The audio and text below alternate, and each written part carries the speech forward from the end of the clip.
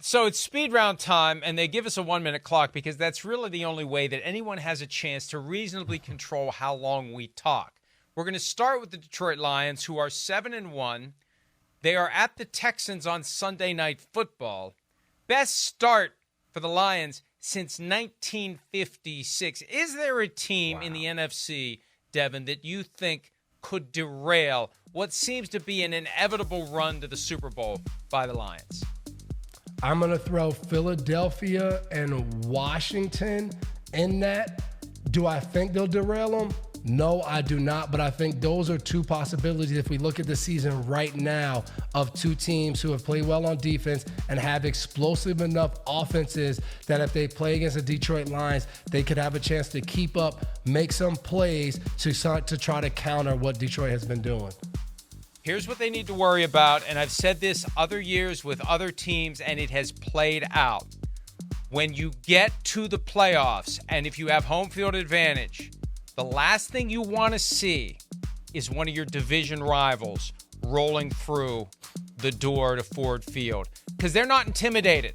They play there every year, and they would love nothing more than to be responsible for the destruction of your dream.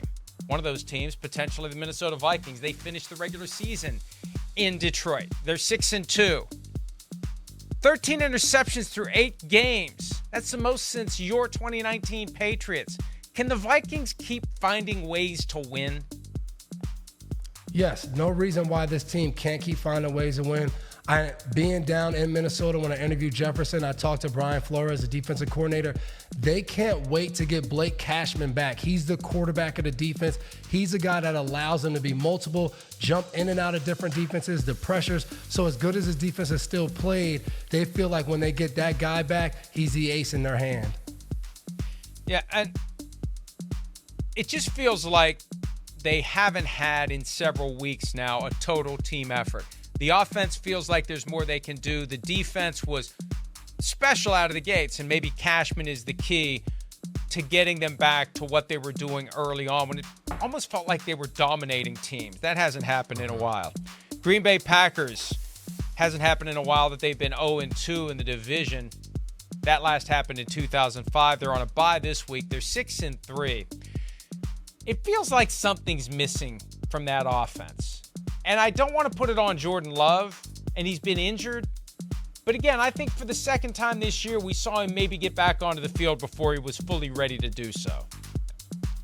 This week's big. Self-scout, I think they need to, exactly what you just said, figure out what they need to do offensively. They're a team that has a lot of different things. LaFleur can get to multiple things.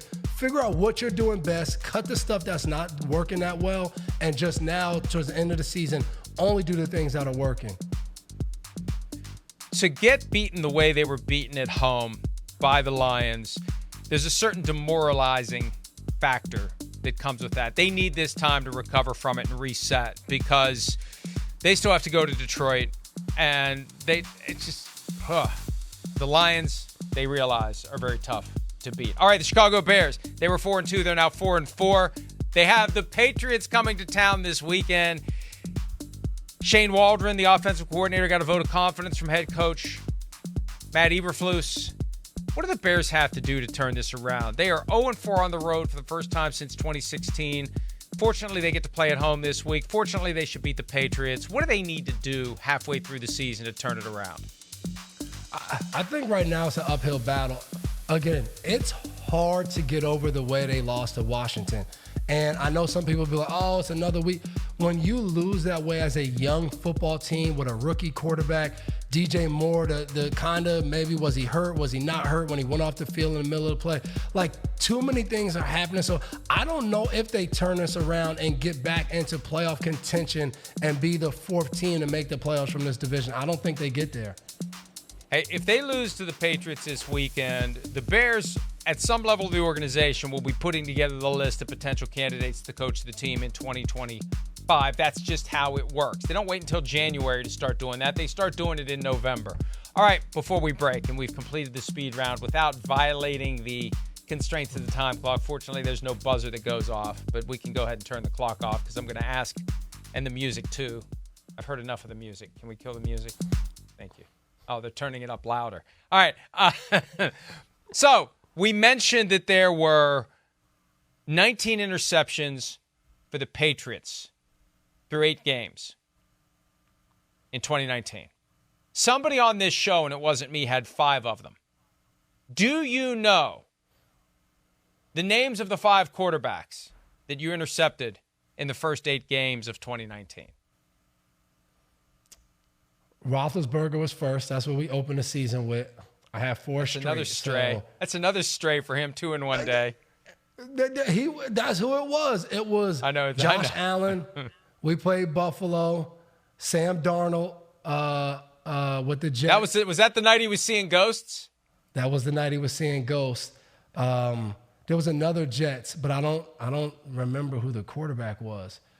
Who was the other team? You didn't do a jersey swap with him after the game. Luke Falk was the Jets quarterback. So you were right, Luke Falk. Yeah, I wouldn't have either. One more.